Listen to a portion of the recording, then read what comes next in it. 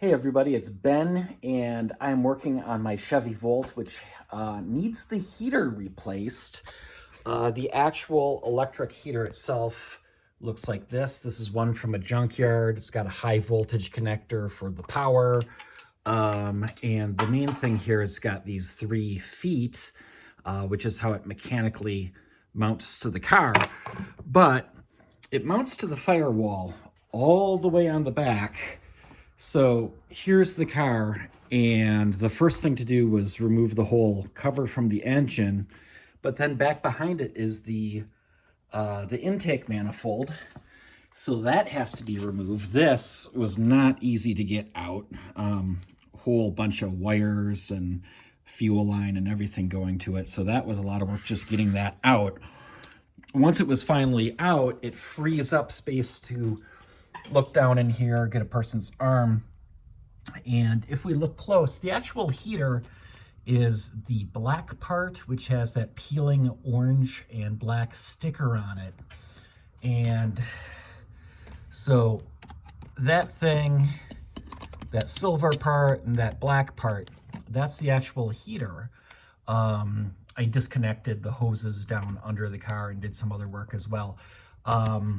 But that heater, if we can get right there, it mounts on a couple of studs with a nut over it. There's 3 of them. That's the only one I can get at. Directly above the heater are air conditioning parts, and below the heater are steering parts. And since it's on the firewall and it's pretty much arm's length from any direction, from the top or the bottom or anything. And all these hoses are in the way. So I just really don't know how to get at that other top mounting nut. And then the bottom one, it's under all this. I've been able to feel it.